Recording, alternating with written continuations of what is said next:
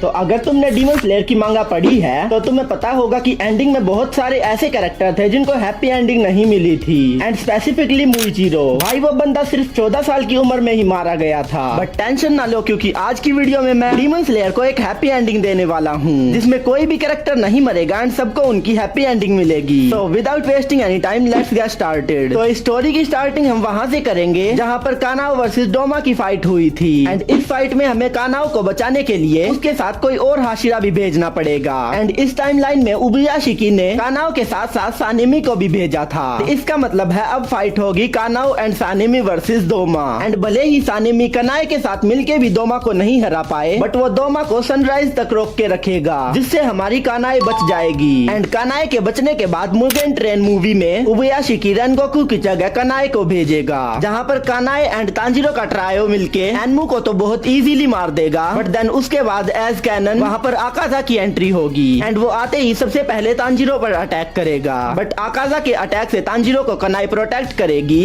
And कनाए एक female है तो आकाजा उस पर अटैक नहीं करेगा। एंड थोड़ी देर तक तो आकाजा कनाए को अवॉइड करके तांजिरो को मारने की कोशिश करेगा। बट जब सनराइज होने वाला होगा तो आकाजा उनको छोड़ के भाग जाएगा। एंड इसी के साथ हमने रेनगोकू को भी बचा लिया है। देन इसके बाद एंटरटेनमेंट डिस्ट्रिक्ट आर्क चालू होता है, जहाँ पर एज यूजुअल टेंगेन तांजिरो के ट्रायो को लेके जाएगा, जहाँ पर सबसे पहले दाकी से तांजिरो एंड नाजुको फाइट करेंगे। एंड उसके बाद वहाँ पर तेंगेन आके उसका 1 सेकंड में गला काट देगा। बट देन उसके बाद दाकी के अंदर से ग्यूतारो निकलेगा एंड रियल फाइट स्टार्ट होगी, जिसमें तांजिरो का ट्रायो यानी जेनित्सु तांजिरो एंड इनोसुके दाकी से लड़ेंगे एंड तेंगेन ग्यूतारो से लड़ेगा। एंड जब दाकी एंड ग्यूतारो ने अपने तेंगेन एंड तांजिरो के ट्रायो को हरा दिया था, तभी एंट्री होगी अपनी ओबनाई की, क्योंकि कैनन स्टोरी में वो थोड़ी लेट पहुंचा था एंड इस बार वो थोड़ी सी जल्दी आ गया है। एंड क्योंकि अब यहाँ पर 4th स्ट्रॉन्गेस्ट हाशिरा आ चुका है तो ये फाइट बहुत जल्दी खत्म हो जाएगी एंड तेंगेन को अपनी आंख नहीं गंवानी पड़ेगी। एंड इस फाइट से तेंगेन ने अपना एक हाथ गंवाया है एंड वो रिटायर भी हो गया है, पर उसकी जान नहीं गई। एंड अगर तुम यहाँ तक वीडियो देख रहे हो तो तुम्हें पसंद आ रही है। एंड अगर तुम्हें वीडियो पसंद आ रही हो तो इस वीडियो को एक लाइक करके चैनल को सब्सक्राइब कर देना, क्योंकि इस वीडियो का लाइक एम है 100 लाइक्स का। एंड अगर तुम्हारे पास भी कोई व्हाट इफ टॉपिक है तो अपना टॉपिक कमेंट में बता देना।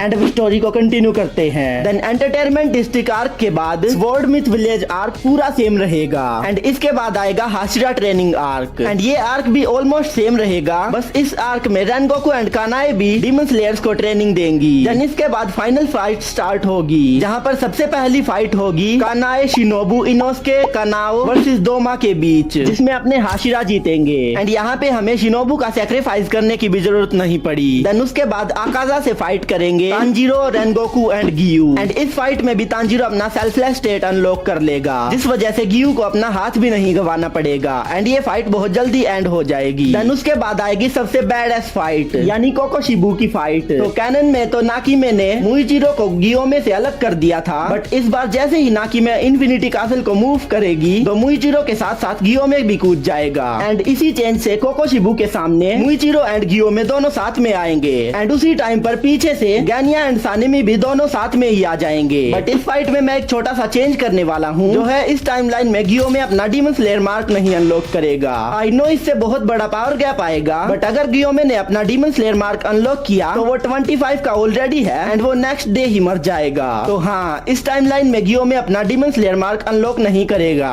एंड इसी पावर गैप की वजह से ये फाइट काफी ज्यादा लंबी चलेगी। एंड एक मूवमेंट ऐसा भी आएगा कि ये सारे मिलकर कोकोशिबू के सामने स्ट्रगल करने लगेंगे, बट इतने में ही पीछे से तांजिरो, गियू एंड रेनगोकू भी आ जाएंगे। एंड अब तो कोकोशिबू के सामने 5 हाशिरा एंड 2 हाशिरा लेवल के डीमन स्लेयर आ गए हैं, तो ये फाइट भी हम बिना किसी को लूज करे विन कर जाएंगे। एंड इसके बाद कुछ और छोटी फाइट भी देख लेते हैं, जैसे जेनित्सु वर्सेस काइगाकू, जिसमें जेनित्सु जीत जाएगा। एंड नाकीमे वर्सेस ओबनाई एंड मित्सुरी, जिसमें युइशिरो की हेल्प से नाकीमे को हरा दिया जाएगा एंड इन्फिनिटी कासल भी टूट जाएगा। देन अब स्टार्ट होगी फाइनल फाइट, जिसमें गियोमे का डीमन स्लेयर मार्क ना होने की वजह से ये फाइट थोड़ी सी ज्यादा लंबी चल सकती है, बट इस फाइट में तेंगेन को छोड़ के सभी डीमन स्लेयर हैं। तो इस सिनेरियो का यही रिजल्ट होगा कि ये सारे डीमन स्लेयर मुजान को सनराइज तक रोक लेंगे। एंड अब हमने फाइनली डीमन स्लेयर को एक हैप्पी एंडिंग दे दी है, जहाँ पर फाइनल फाइट के बाद गियू शिनोबू से शादी करेगा, ओबनाई मित्सुरी से शादी करेगा, तांजिरो कानाओ से शादी करेगा, जेनित्सु नेजुको से शादी करेगी एंड इनोसुके आओई से शादी करेगा एंड गियोमे बहुत सारे अनाथ बच्चों को पालेगा। बस गाइस, इस वीडियो को यहीं पर एंड करते हैं। ये वीडियो आपको कैसी लगी कमेंट में जरूर बताना एंड इस वीडियो को एक लाइक करके चैनल चैनल को सब्सक्राइब भी कर देना। एंड अगर तुम्हें जानना है कि अगर ककाशी के पास रिनेगान होता तो क्या होता, तो इस वीडियो पर क्लिक कर देना। मैं मिलूंगा तुम्हें वहीं, तब तक के लिए बाय।